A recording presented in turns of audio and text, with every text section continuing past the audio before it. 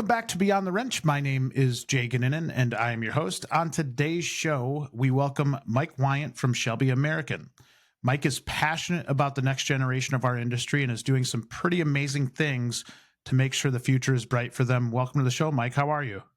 Great. Thanks for having me, Jay. Yeah. Thanks for coming on. We've been talking about doing this for a long time. You've been doing some great things in the industry for quite some time. It's been really, really impressive. And in the intro, I said passionate, and I don't think that's the tip of the iceberg as it relates to how I should describe you. No, you're right, Jay. Yeah. You know, it's really, this means a lot to me, to be honest, to be on here. And I want you and your partner, Mark, and your whole team to know how I have grown in the industry, but I think I've been listening to your podcast. I don't know. When did you start? How many years ago? We started in 2020, right as COVID was getting kicked off. Yeah. And I still don't know how I got introduced to your podcast, but I did. And for the last 4 years or whatever it's been, you and your team have really been a big encouragement to me. And it's almost like you don't even know this, but you and also Mark is like, every now and then he gets on to and some of the things that you guys put together. And it's like you guys have been like watering the seed in me for years. And because there's not many people that do what we do. And so my passion has grown, and you guys have really been a big part of that. So I just want you to know that from the get-go. Oh my goodness. That means the world, man. That it really, really does. And I think that's the whole intention of doing this in the first place, right? Is to try and, just be able to spread a little bit of positivity and show that there are some really good people in our industry doing really, really good things. And the fact that we get a chance to just sit down and talk to people is phenomenal. So I can't tell you how much that means to us. Yeah. And my goal here at the end of the podcast is for the listeners to truly know who I am, and because that's how relationships and partnerships are formed. They are. And I think you're going to hear my heart and how I fell into this fun industry.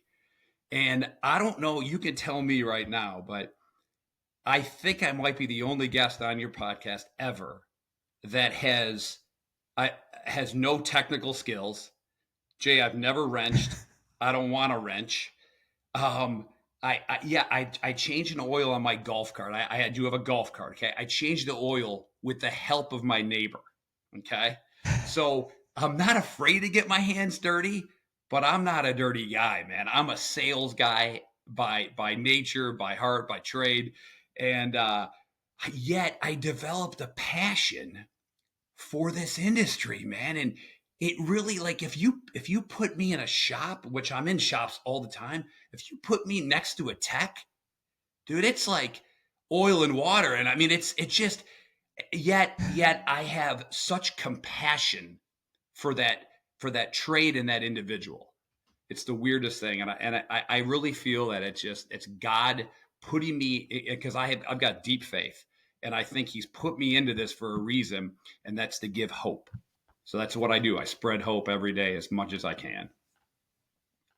And you do one heck of a good job at it. I think the passion shines through in anything that you do, but you have become just such a big proponent for that next generation to be aware of what this industry has to offer and that it is different. And I think a lot of it comes from your time at Shelby, right? I think, and even prior to that, because you had spent time in automotive prior to that. So let's talk about your background a little bit and what drove this passion to start with.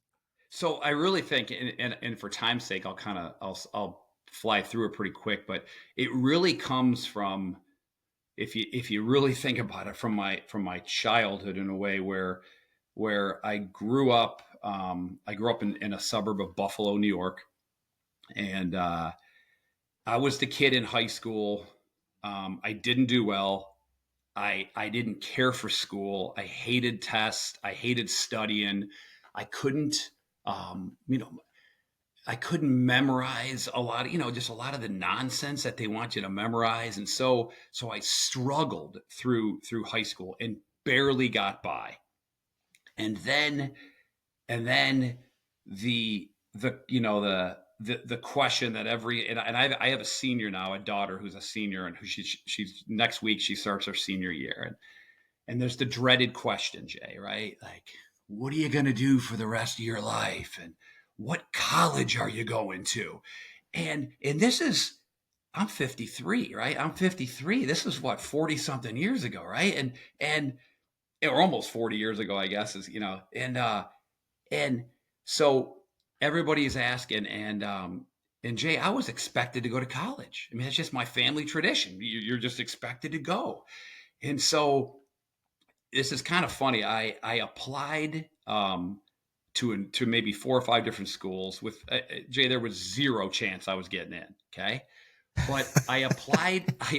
I applied to Kent State University in Kent, Ohio. Let me tell you, both my parents went to Kent State. They met at Kent. There was a dorm named after my grandfather. I was going to be the 16th person in my family to go to Kent State. Every vacation, every holiday, we were in Kent, Ohio. So it pops up on a college search, and I hit apply. And at the same time, I applied for the alumni scholarship, which was going to pay, if you were awarded the alumni scholarship, it was going to pay for your out-of-state tuition. So I applied both at the same time. A couple weeks go by. I get a letter in the mail. It's from Kent State University. I open it up. It's from the alumni division, or alumni, whatever it was called. And it said, "Congratulations, we are going to award you with the alumni scholarship." I was thrilled.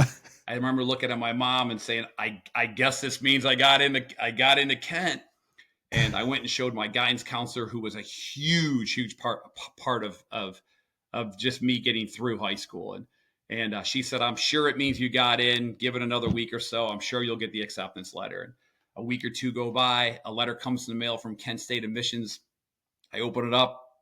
It says, "We're sorry to inform you, you've not been accepted." Oh. And so here I am, torn. Roller coaster. I go into high school the next day. I go right to my guidance counselor. I'm in tears in a way, and I show her, and she says, "You just go to class, Mike. I'm going to deal with this." And so she makes some phone calls. A couple classes go by. She comes in, she pulls me out, and she says, "Congratulations. I talked to Kent. They're allowing you. They're accepting you. They apologize for the error." You know what that meant?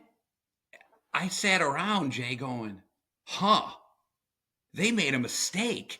The alumni awarded me before that, and Jay, I accidentally got let into college.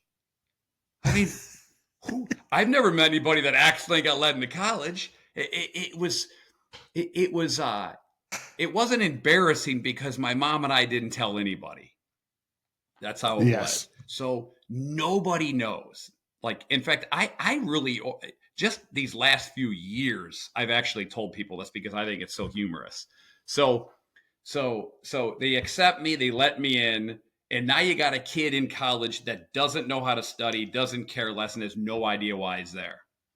And so every semester I changed my major, had no clue. And all I'm doing, Jay, is what? Racking up debt, wasting a lot of time, partying. I fell into that whole culture of college. And here's the funny thing. It took me 4.5 years to fail out. So that means for 4.5 years, Jay, I got, no lie, 2.2 first semester, 1.8 second semester, 2.1, 1.2. It just up and down, just enough to hang in there. And so that goes on 4.5 years. Well, I don't know if you know this, but when they kick you out, they send your parents a letter. And the letter comes to my mom. And at that moment, at that time, I went to Santa Barbara, California, to live for the summer.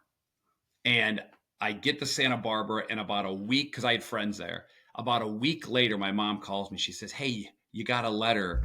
It's not good. You failed out." And now I'm devastated because I'm the first in my family to fail out. So what do I do? I'm like, how do I take a negative into a positive? There's got to be a way to overcome this. Hey, one reason I failed out is I can't get through Spanish. Spanish is a 4 credit hour.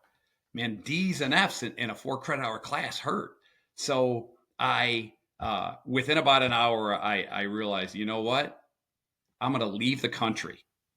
I'm going to go learn a language. I'm going to go learn a culture, and I'm going to mature. And I called my mom back and I said, you know where I'm going? The bottom of the world. She's like, where? I'm like, I'm going somewhere in South America. And I called her back another couple of days. I'm going to Argentina. She's like, what do you mean Argentina? I'm like, hey, I was dating a girl and her family was from Argentina. And I'm like, you know what? I don't know anybody that's been there, but her family's there. She's got some relatives. I'm going there. So long story short, Jay, I lived in Santa Barbara for 6 months. I planned this. I bought a one-way ticket to Buenos Aires. I had $360 of cash. I had no credit cards. I got on an airplane and I showed up in Buenos Aires and I was scared to death. Oh my gosh, it was terrifying. And, just long story short, again, my goal was 12 months. And there was a lot of friends back in the States that are like, you're never going to make it. You don't know anybody. And Jay, I was blessed so much. I had unbelievable jobs. I taught English and made really good money. I even flew home from my brother's wedding, flew back. I met an American down there, had a really nice apartment. So I lived with him. It's just really nice stuff. And I learned the language. I learned the culture. The Argentine culture is incredible. I learned that. I came back. Oh, by the way, so when you fail out, it says take a minimum of 1 year off and then come re-interview with the dean of the college. So Wow. a year and a half goes by. I come back from Argentina. I go back and I sit in front of the dean and I said, I'm ready. And I told him what I did. He's like, wow, okay, we're going to let you back in. I said, great. He's like, I sure hope you're just going to study because, man, Mike, you've got 2 semesters left. You basically have to get all A's because your GPA is so low. We need to you have all these credit hours, 4.5 years of credit hours. We need to get your GPA up. So, Jay, for the first time in my life, I applied myself. I can remember the sociology class. It was an advanced level class. It was a paper I had to write. I wrote it and I got it back and I looked at it and it said A-. And for the first time in my life at 23, 24, I said to myself, I thought to myself, wow, I'm not stupid. I can do this. And I actually, at my age now, wanted to learn and knew that I wanted that degree. And I had a lot of wasted time and a lot of wasted money. And so for the first time, I applied myself. And Jay, I made the dean's list for 2 semesters. And I Wow. got my degree. So, and I tell you all that for a reason because I feel for these kids and I've got compassion because of it. And I hate the stigma that our culture has on these type of jobs, these trade jobs. Shame on, and it's not shame on them, it's shame on me because I had that stigma. Now I get, and I give people, I get because it's our culture and the pressure. So I understand why we have it, but so I graduated, Jay, and I moved right to Los Angeles. And I'm like going right to LA. I've got friends out there. I want to live the beach life. I lived there for 5 years. I ran a small company, a sports apparel company. After 5 years, came back to Ohio, where I went to school, kind of near Kent, and I got into real estate. I did real estate for maybe 6, 7, 8 years. It was awesome. I learned so much about marketing, and then the market crashed, and I was newly married, and my father-in-law looks at me and he says, "What are you going to do?" And I said, "I don't know." And he was a GM guy, worked for General Motors. He had all kinds of sales jobs with GM and OnStar. When OnStar rolled out, he was part of that whole team. And my father-in-law says, I think I can get you an interview with Ford. I'm like, huh? Ford? I don't like cars. And he goes, no, I think you'll like it. It's a sales job, and it's with their accessory division, Ford Accessories. He's like, actually, you'll actually be working with a distributor, but you're going to go into the dealerships with the blue oval. And he's like, and I'm like, I don't know, man. He goes, they give you a demo. I go, what's a demo? He goes, they're going to let you drive a vehicle for free. And I go, ooh. I'm like, what do you think it is? He goes, maybe an F-150. I go, I'm in. So, so I interview for the job. I get the job, and Ford says, we want you to call on all the Northeast Ohio Ford dealerships, and we want you to help them sell more Ford accessories. So, Mike, you need to go into the back end of a dealership. I'm like, Jay, what's the back end of a dealership? I've never even been in a dealership. And they're like, the back end is the service department. You're going to need to go in there. You're going to need to make sure the parts department knows how to order the Ford accessories, make sure the service department knows how to install them, and make sure the sales department knows how to sell them. So that's what I did. So I'd go into a dealership for maybe an hour, and I'd go see 5 dealerships a day. And I learned the industry. And I always felt I was very fortunate because I was on the B2B side. I was a 9 to 5 guy, right? I'd be in the dealership at 9 a.m. and I'd be out by 4, and home by 5. And boy, it was incredible, Jay. I climbed the ladder in the accessory division of Ford. I climbed it. I did really well. And I'm going to give all the credit to remote starts. Boy, if what put me on the map in that industry was I sold more remote starts than anybody. I dominated. Wow. And it was because right when I came in, they were transitioning from cut and splice to plug and play.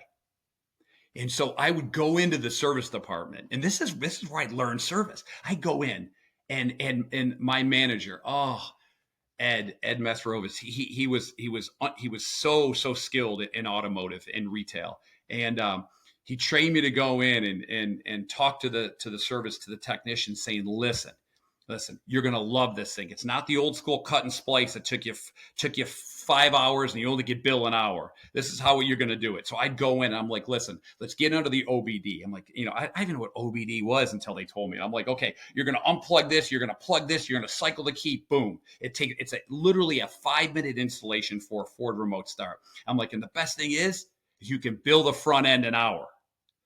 Beat the clock, right? Beat the clock, beat the book. Here it is. No, it's going to take you 15 minutes tops, all said and done, when you zip tie it all up underneath the steering wheel, and you can bill an hour. How about that? And so I learned the service side. I learned a little bit about technicians, and I learned vehicles, and I did that for 6 years. And then there was a dealership group in Northeast Ohio, a Ford dealership group that recruited me, and they hired me. And they said, Mike, we want you to do 2 things. Okay. They're like, we want you to train. They had 6 dealerships. We want you to train all of our salespeople on the vehicles. And I'm like, awesome. I love the vehicles. I'm passionate about it. I love the technology. No problem. I can do that. And they go, that's half the time. And here's the other half of the time. We want you to go find technicians. And that was it. And I'm like, techs? How do you want me to find technicians? And this is what they said. Write the playbook. Figure it out. We know you can do it. Wow. And that was it, Jay. And that was my passion. It was funny. I remember what I did. I remember going, all right, well, where do you, I remember asking around and, hey, where are the kids coming from? And, and I heard trade schools, and I heard automotive high school classes, and just figure it out. So I went to the obvious. I went to the high school automotive instructors and walked in, and think about what they thought. They're like, this is your job role? Wow. Does your dealership, are they on the ball? And I'm like, yeah, you're right. They're almost they're almost ahead of the game, like, because no one else had this, at least you know that I encountered. I'm sure there are or were people out there that did this for dealership groups, but you know, this is what, six years ago, I think it was. It was 2018, I think they is when they recruited me. And 2018, right before 2019. And so I was going into independent shops, and I would go to like Discount Tire that like all they do is tires, and I'm trying to build relationships with the managers because I'm, hey, you know, these kids when they outgrow this, maybe they need to go to a full service shop. And so I learned that I got to know every instructor, every high school automotive instructor, and um, and it was just incredible. I put on events. It was awesome. And then March of 2020, what happened? The world shut down. Yeah. So what did they do? Yeah. COVID threw a loop for everybody, right? I mean, that was crazy. Yeah. Yeah. So they laid me off. And I was sitting around like everybody in the world, right? March, April. And I remember praying with my wife and saying, man, wouldn't it be cool if I ended up doing something that was even better? And she's like, watch, it'll happen. It'll happen. And I'm like, I got to make sure I'm an independent contractor, though, because then I can continue this passion that I've developed. And so I'm going to say it was like April. I get a phone call, and it was a guy. It was one of the sales guys from Shelby, and he calls me. He's like, and I met him like maybe a year before that, and he calls me and he says, hey, what? You're laid off? I'm like, yeah. He's like, oh, I need someone to cover Ohio, help me with Michigan, Tennessee, Kentucky, Indiana. And I'm like, I'm in. So here I am. I land my dream job because I love upfits. I love performance. I don't like the wrench on it. I just like the technology that's in it. And so I interview, I get the job, and you know, I walk out of my garage, Jay, and you know, I get demos, and it's such a blessing, such a privilege.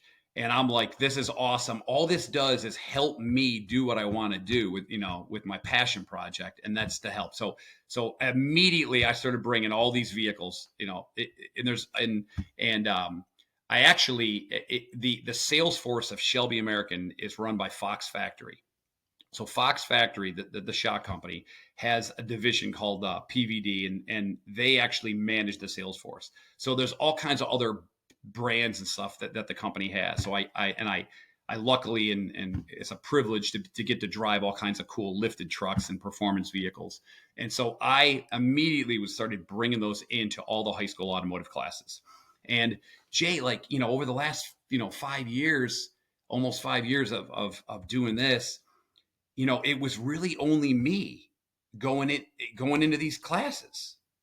And I'm like, what a shame on our industry. Like I roll in a Shelby F-150 into a high school automotive class, and these kids, their jaws drop. And I knew it. And I'm like, man, this is such a tool that all this job does is give me it's a tool to help the industry, to help everybody.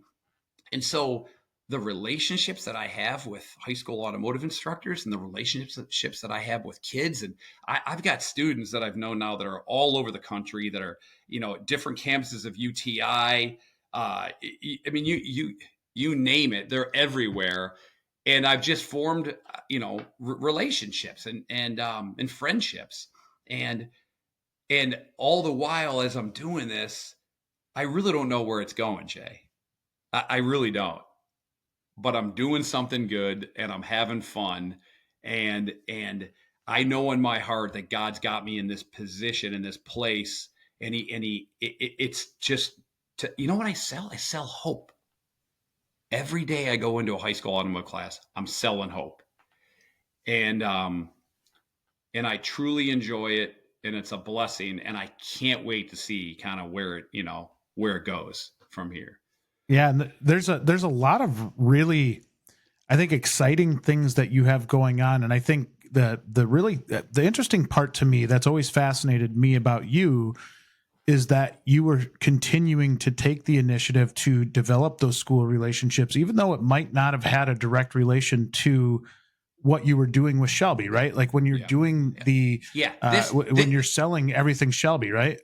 Correct. So really, yeah, this has nothing to do with Shelby. Shelby just the job it's funny. They both complement each other and they both kind of help. But when I go into the school, I'm going in as Mike.Wiant, and I just happen to have a job that allows me to have really cool vehicles, and I work with a really cool brand and a cool company, and they just kind of help each other. It's really a unique kind of relationship that I have with what I do and my passion and job. Well, I think you were smart enough to understand that you had something that was appealing to a younger generation and something that could pique interest of somebody that, I think when I was growing up, if I were to see that Shelby F-150 come in, it would blow my mind because it's something that, nobody in my family has, nobody in probably my small town had. Right. And so it's just one of those really cool things that you get your hands on and maybe be able to sit in it and see like, hey, this is pretty cool. And it's not so wild to think that maybe you could drive one of these one day, like I just think that the relation is there. And then if you're tying it to the mechanical side and the fact that you can get trained on this type of thing, you can fix these things, I think that's so foreign to a young person to even understand or fathom that that's a possibility. And yet every single manufacturer needs techs, right? Every single shop needs techs in general. And so the difference between you and most is that you have the initiative to have a presence in these schools and the wherewithal to be able to actually build relationships and not just have it be something that is fake, right? And I think a lot of times those relationships between somebody that is at a company and the school is fake and not in a bad way, just like it's not a real relationship. Correct. And what you've been able to do is cultivate those beyond that. Yeah. It's kind of short game versus long game. The short game, the short game is, and I get it, is the service manager that needs technicians now or tomorrow, And so what's he do, right? I mean, he makes the phone call, he goes in, hey, I know me, I'm down the street, I need techs. And it's like, hey, the long game is you need to just get in and build the relationship, and then that will come. But it's not immediate. It's going to be 1 year, 2 years, 3 years, 4 years, whatever. And so I just like, it's the, I hate the stigma, and so I really feel like that I'm helping these students overcome a lot about just going in and tell them that it's okay if they don't go to college. Because you should see the parents that I talk to that have no idea about our industry. They think it's greasy. They truly, they have no idea. Jay, I got into a Lucid car the other day. Okay. All electric Lucid. That thing is a rocket, and it's a computer on wheels, and it's more than that, right? I got into my buddy's Tesla the other day, who had the trial for the hands-free, and I drove that. Oh my gosh, it just blew me out of the water. And I'm like, and it's these things that all these kids, they have to get in, and that's like if you were to ask me what my end game in this is, I'd have to say it's all that stuff. Like, our industry needs to know that the coolest, most up-to-date thing that these kids will right now, Jay, these kids are never going to touch this stuff. They're never going to see it. Yeah. How do we as an industry get them in to touch, feel, smell, and play with all these incredible vehicles? Because that will excite them. and when you see 10 kids jam into my Shelby F-150, immediately sync their phone up, which is they all do, is hilarious. They sync their phone up immediately and they start singing and the whole truck's rocking. And I look at the instructor and I'm like, this is why I do it, man. We need to get these kids in the vehicles, and they take photos and they do this and they're pumped up and then, you know, and then I am not a social media guy, but about a year and a half ago, you know, my 14-year-old son said, Dad, you got to get on Instagram. And I'm like, oh, I don't like social media. So I formed a page on Instagram, Ohio Tech Group, and started doing posts and just recording everything I'm doing. And these kids love it and they share this and it truly is amazing. So, you know, I have a huge heart and compassion for these kids. And so I guess that's just what keeps me going in, you know, every week I try to visit a class.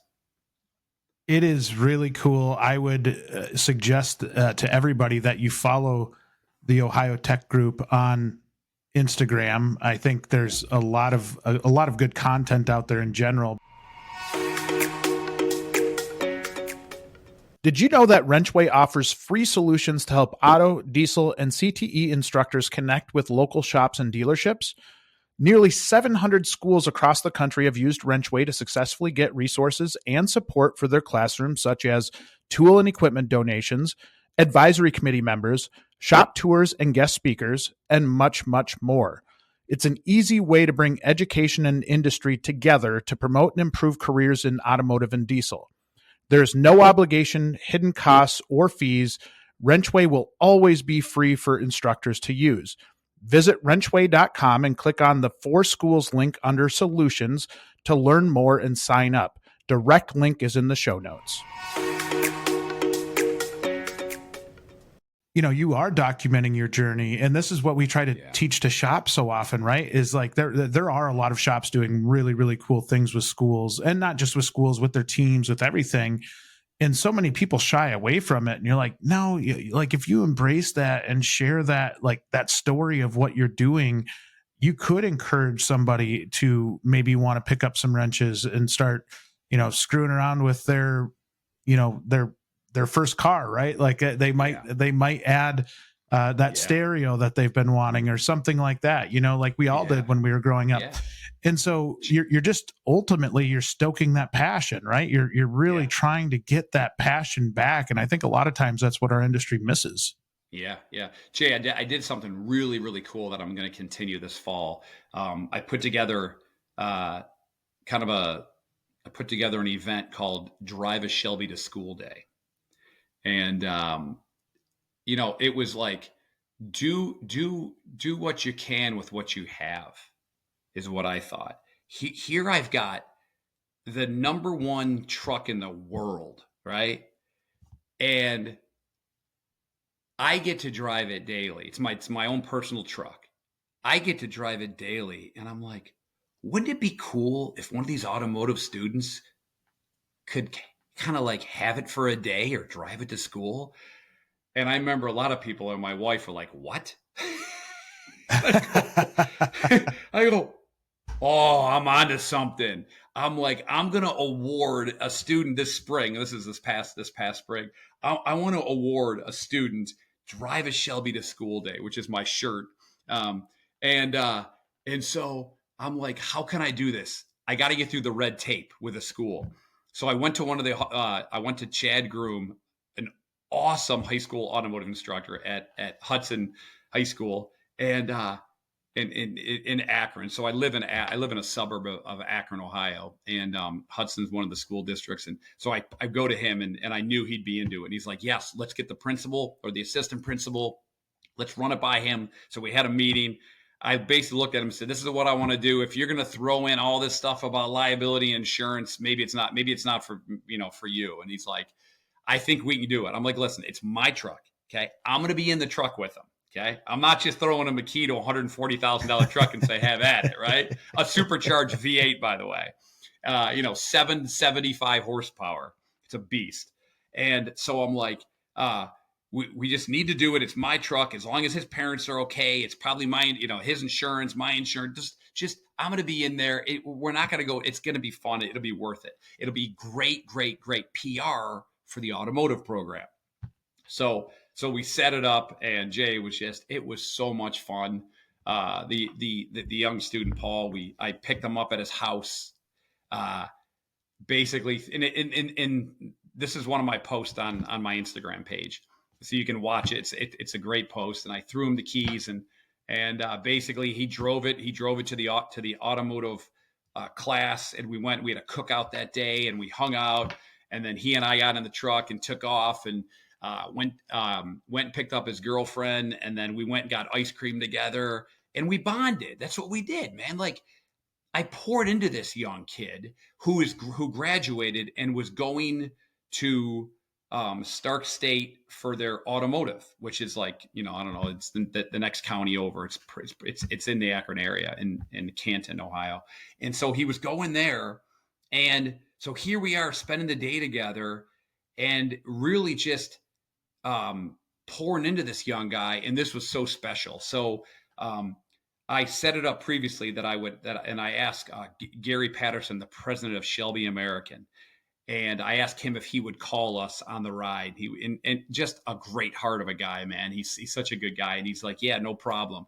And then I met Aaron Shelby previously at a Shelby event. Aaron Shelby is Carol Shelby's grandson, and he kind of runs their foundation, the Shelby Foundation, and I asked him, and he was like, yeah, Mike, I love what you're doing. This is great. So here I am driving with this high school senior. He's in the front seat. I'm shotgun. He's having a blast.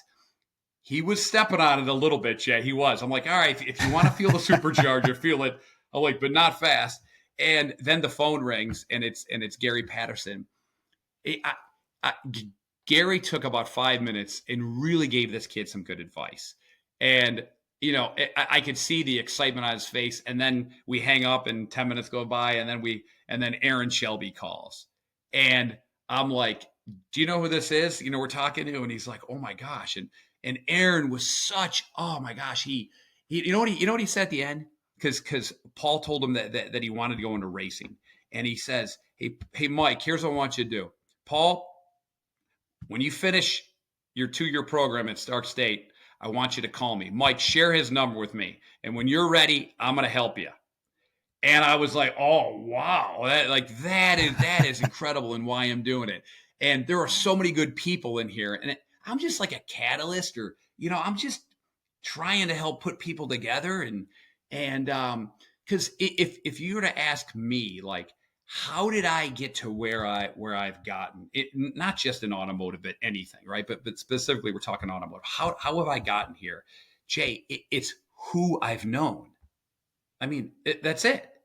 It's relationships. Every job I've gotten is because of somebody. It's not me getting online and applying randomly. And so I got to be careful when I talk to the youth. And I say it's all about who you know, because I think they're thinking, well, I don't know anybody, so how do I do that? Well, you got to start building relationships and keeping people's contact information, and just keep trying to spread the word about what you want to do and where you want to go. Because, man, you can dream big. And if these kids do want to work for Shelby, or if they want to work for any OE or whatever it is, or they want to work in NASCAR, man, if they truly do, they can. And I guess if I can sort of somehow help and encourage and motivate that, then it's a good day for me. Well, I think you have lots of good days because you're always helping people out. And I think you are very unique in that you do have that kind of connector mentality. And I think that helps with a young person, because you don't come off as an intimidating person.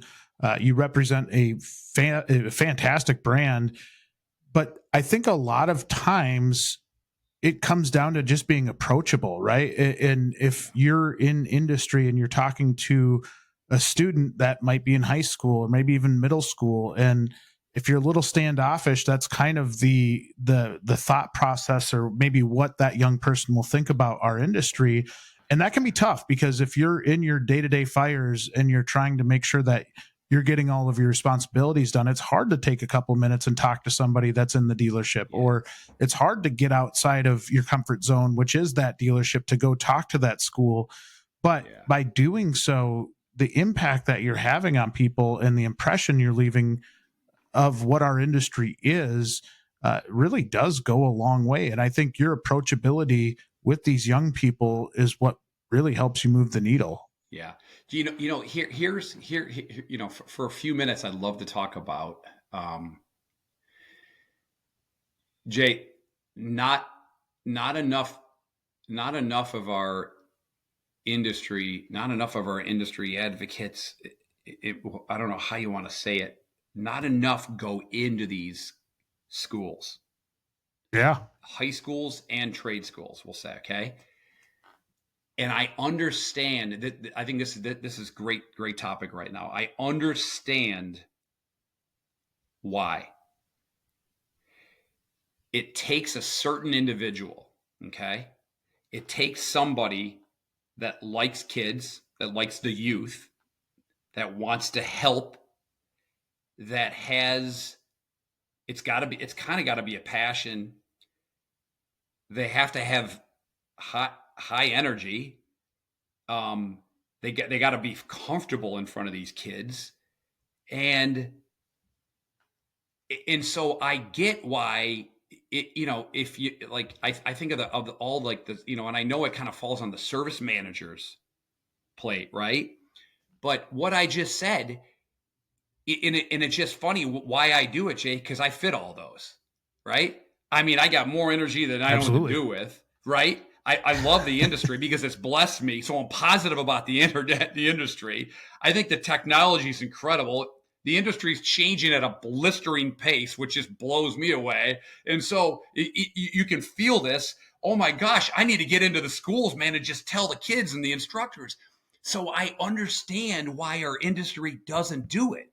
I mean, how many podcasts?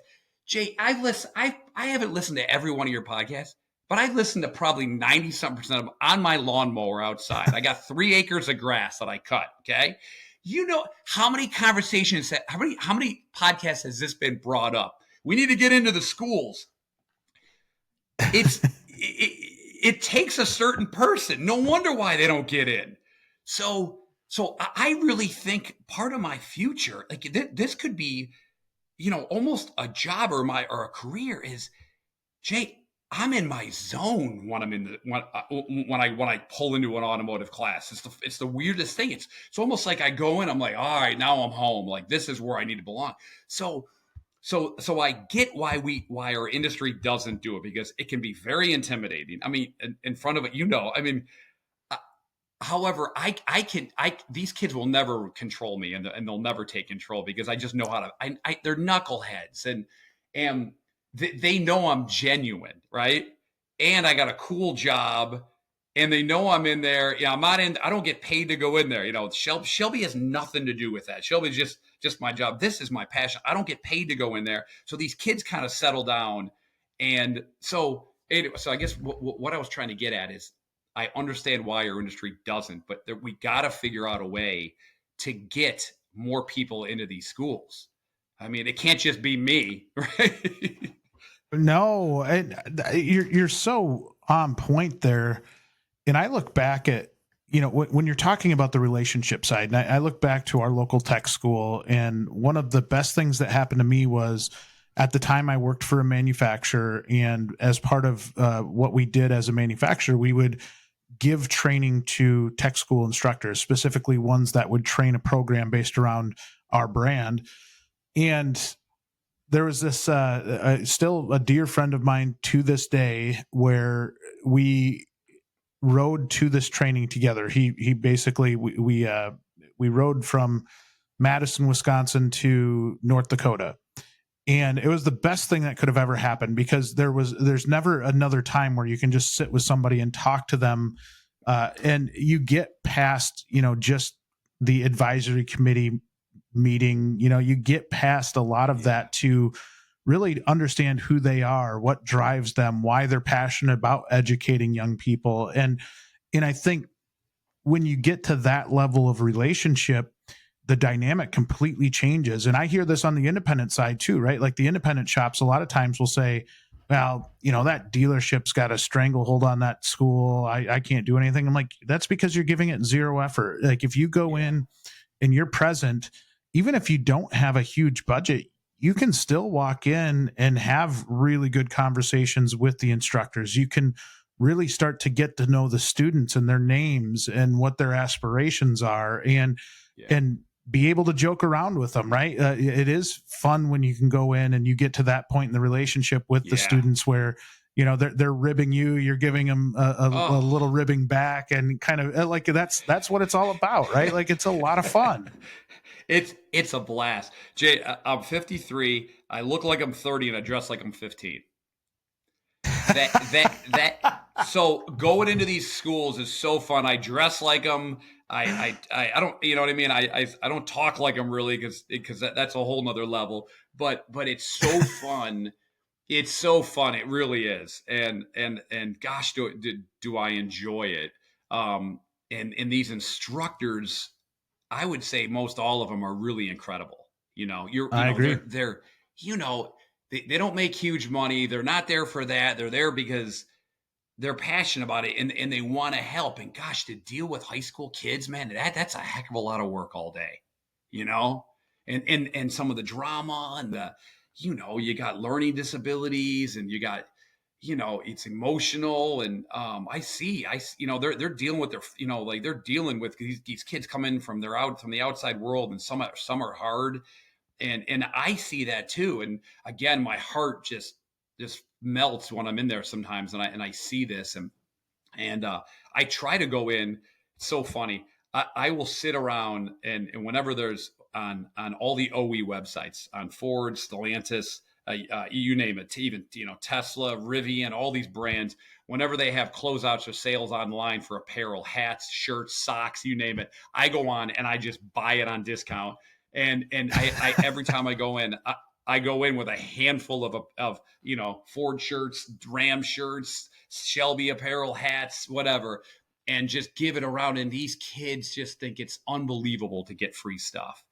And again, I'm like, my gosh, our industry, like if everybody participated in these, we could dress these kids up all day, like drive a Shelby to school day. Paul, the student I awarded, what did he wear that day? Man, he had hoodies, hats, shirts. He was all Shelby'd up, and it was so much fun. So for you OEs listening out there, make sure to ship Mike some stuff to give away, so he doesn't have to buy it off of your websites. Try to feed him with some cool gear that will be wearing your brand, and that little stuff. I mean, that does have a big impact on young people. Now, I do have a question for you. Yeah. In your approach to a new school, right? When you're going in for the first time, they don't really know you. You haven't built that relationship with these people yet.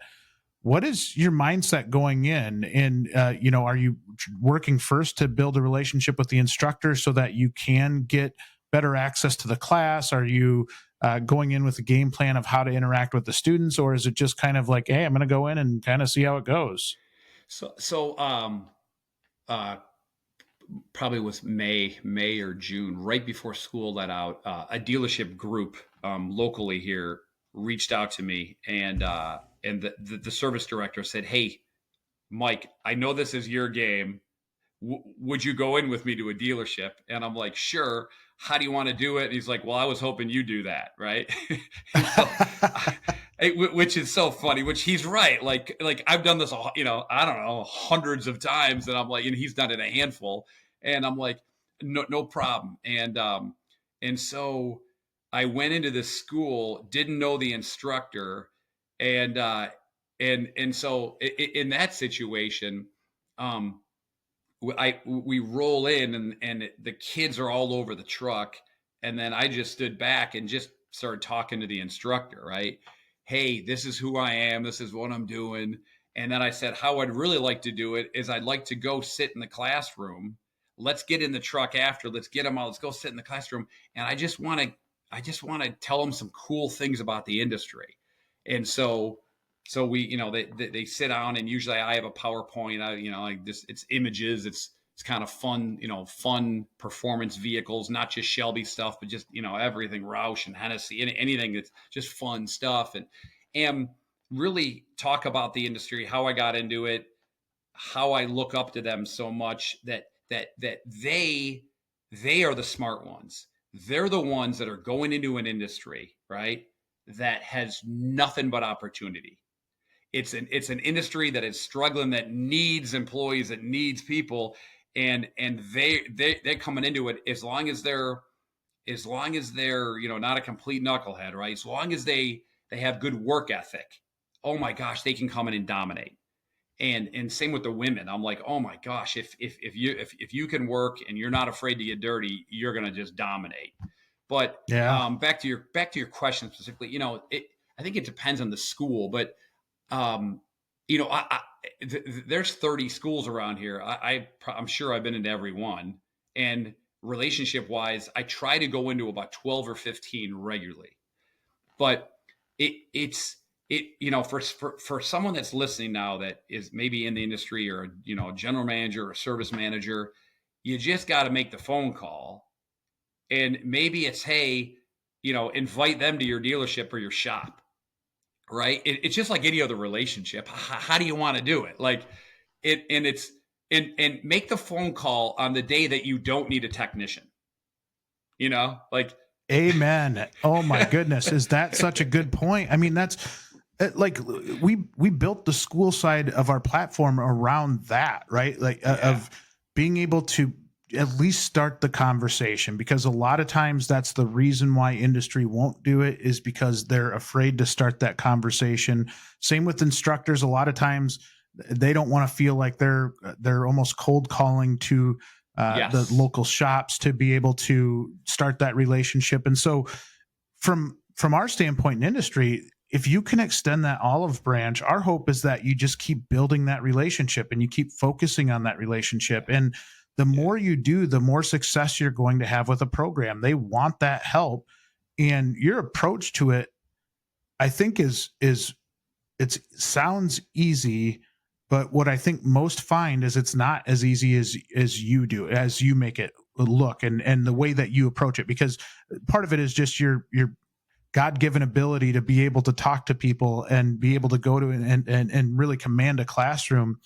But most people can get in there at least and have a conversation and focus on relationships and focus on, I hear so many people talk about how uncomfortable they are around students. And in the back of my head, immediately, I just think, well, you need to be around students more then. Like you need to be out there to understand who they are.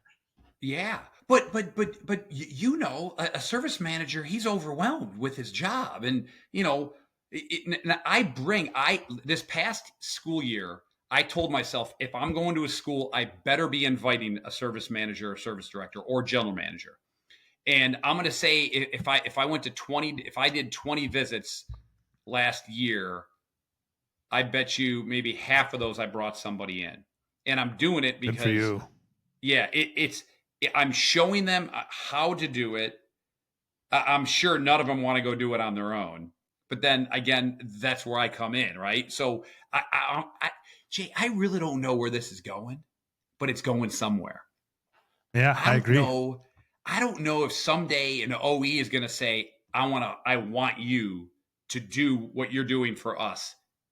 I don't know if I would do that though, because what I got going is so special. Or maybe, maybe it's the local, right? It's the governing body of the dealerships, for the different, I don't know, but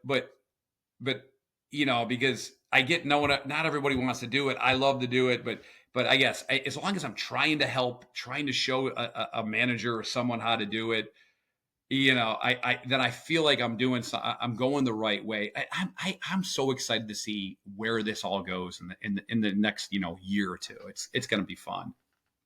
So one of the things that you're parlaying this into is a pretty special event that you're putting together and trying to kind of create that community of industry around your area to be able to really have an impact. Tell us a little bit about what you're doing, because it is Oh, yes. special.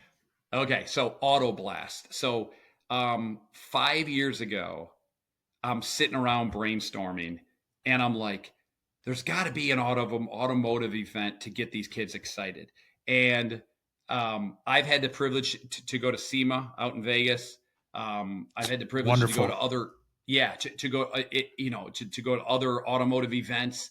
And I'm like, at least in Northeast Ohio, there's really nothing. You know what there is? There's car shows in the summer, which are great. It's for they've been around forever. Car shows, excite people. Then there's the Cleveland Auto Show, right? Which is fine. It's great. But what about an event that can excite the kids, almost like a mini SEMA? Okay. So I brainstormed this. Finally, about a year ago, I sat on with some really, really high level guys who have become my advisory board for this. I sat on. I said, "This is what I want to do. Tell me if I'm headed the right way." And they're like, "Wow, this is great. You need to you definitely need to do this." So what I'm putting together, it's October 5th. It's in my neighboring town, Medina, Ohio, and it's going to be at a go-kart place. It's called High Voltage Go-Karting. I'm sure every town's got these, electric go-karts, right? I'm like, what a better place. It's going to be, high speed automotive fun. Picture like an expo, like a trade show, right? And there's going to be about 40 to 50 automotive businesses, and you name it, right? There's tons of categories. There's dealerships, automotive dealerships. There's even, big truck diesel dealerships, right? Then there's tire stores, some are independent and local, some are national brands. Then you've got collision shops. You've got, you got some of your like detailing shops. You have your accessory shops, right? It goes on and on and on and on. Jay, there are some really cool businesses out there. That I was just in it 2 hours ago. Chrome Customs in Cuyahoga Falls. This guy, it's SEMA 110% all day. All the big rims, the wheels, the vinyl wrapping. He's powder coating stuff in the shop. He's bending pipe, right? Fabrication. And I'm like, oh my gosh, if the kids could see this, I need to have this. So I've gotten a lot of these guys to buy in. I'm like I said, a 40 to 50 businesses, and then I'm going to on September 1st. I'm going to all the schools in Northeast Ohio, about 300 to 400 schools. So we're talking elementary, middle school, high school, and beyond. So students and parents come out to this, be introduced to the industry before the other industries have a chance to grab their attention. Get them in, right? And showing the depth of it too, right? Like that, all of the different types of shops. It's not just one company. It's not just one type of shop. It's a little bit of everything. And I think that shows a lot of our potential as an industry. And if we can get them with their hands on, like, I'm looking for who was it? Auto Sound. I was in a shop the other day, car audio, right? It's kind of a dying business. I go in, and this young kid, I don't know what he is, in his 30s, he runs the place. He worked there as a teenager, right? And I go in, he's up in Willoughby, Ohio, and I pop in. He's got like, I don't know, 3 or 4 Harley Davidsons in the shop, right? And I'm like, what are you doing with these Harleys? And he goes, oh, I'm putting sound systems and amplifiers. I go, really? He goes, this is a $20,000 job. I go, oh my gosh, can you bring that Harley, you and another kid, tech, and can you wire it during the show? Like, just don't even do anything. Just wire the thing. And he's like, maybe. And I'm like, that's what I want. Like, we need to get that to the kids, and the mom and dads are going to see it and say, oh my gosh, this is such a thing, right? Like, so, Jay, I'm getting the best DJ in Northeast Ohio. Okay. I want the best music played. I want smoke. I want spark. Like, I want a fun event, right? And then I'm going to all the high profile people, if that I can get, and I'm going to my Shelby people, and I'm going to I'm going to Whipple Superchargers and Borla Exhaust, and listen, get out here. Somebody come out here. Let's get some high profile people. I already sent an email to Mike Rowe. I know there's a slim chance Mike's coming, but maybe, right? You just never know. And it's any of these people, man. It's not me. It's us. It's the industry. And Jay, I'm so pumped. I got about 5 more weeks, man. I got to lock all these sponsorships in, right? October 5th is the day. It's going to happen. I'm going to make sure the industry in our area needs it to happen. And I'm super pumped for this. I'm literally out right now knocking on doors, and then as I'm knocking on doors, it's, hey, will you sponsor it? But also, who do you know in the industry? And in the last few weeks, it has been incredible the amount of people that I've met in the industry that are good people that are doing really cool stuff. So there it is in a nutshell. It gave me chills as you're talking about it. I think it's such a cool thing that you're doing. If somebody's interested in sponsoring and is listening to the podcast, how do they get in touch with you, Mike? I would say obviously you're going to have my name and website, but it's OhioAutoBlast.com is the event. And then on Instagram, it's Ohio Tech Group. That's the group I go under, and my email, I'm sure you're going to put it on there, and my phone number, they can call or text me. And, if I'll kind of say this is, if you're in the automotive industry, right, and you're good people, man, we need to meet. And not just if you're in Ohio or Northeast Ohio where I am, I don't care where you are, because if you're connected, you're going to know someone, and I'm going to know someone, and I can probably help you. And I tell you, I can fly around too, by the way, because I'm married to a flight attendant, Jay. And you know what that means? That means we fly anywhere in the world for free on United Airlines. and so I can go travel anywhere. Yeah, I can travel. I got kids, so I can't travel that much. But that's kind of funny that I said about the airlines. I always go into the class and I tell kids, I'm like, do you know where I was last month? I was in Europe. I'm like, that's because of the perk of being married to someone in the industry. I'm like, so how about wrenching?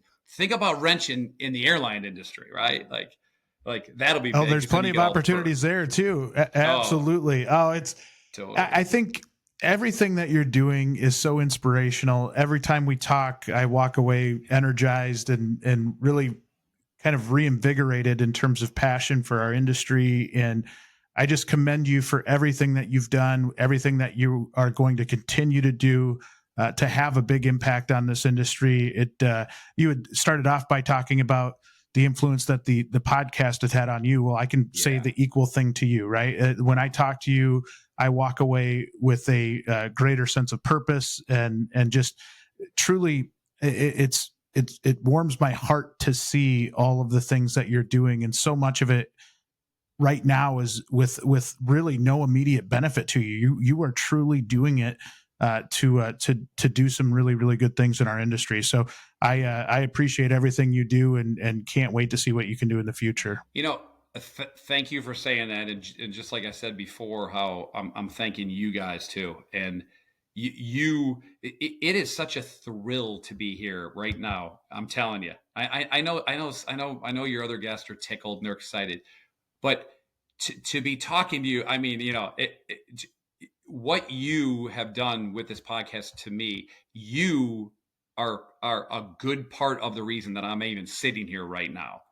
I've been encouraged and motivated over the years, and it's so fun to listen to your guests because, man, Jay, you've had some really cool people on, and absolutely, and it's like they have encouraged me, and I'll hit play sometime, Jay, and I'm like, I don't even know why I'm listening to this because I'm not a tech, and I mean, just like your last couple of guests you had on the Milwaukee Tool, like I didn't know that they were going into I didn't know they were really hitting automotive, and I'm like, my gosh. And Jay, do you realize how many tools I bought for the kids?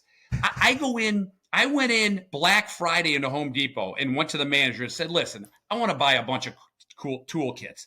Jay, I'm going into Home Depot and you got the Harbor Freight, Milwaukee. And I'm like, your contacts alone. I need to connect with these people because I'm going in and buying stuff off the shelf, man.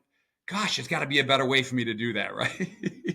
I think we'll get it figured out. We'll try to help you shine a light on whatever we can, because I think you are doing just some incredible work. And I hope everybody that listens will follow Mike and what he's doing in his journey, because it is truly making an impact. And I can't thank you enough for taking time out of your hectic schedule to join me, and hope we can do it again.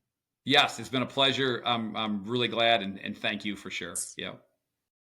That wraps up another episode of Beyond the Wrench. If you liked this episode, please show your support by rating and following the podcast.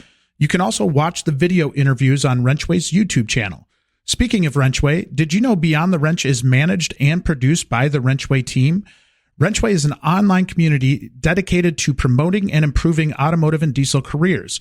We help technicians find the best shops to work at, and we also help auto, diesel, and CTE instructors get more support from local industry.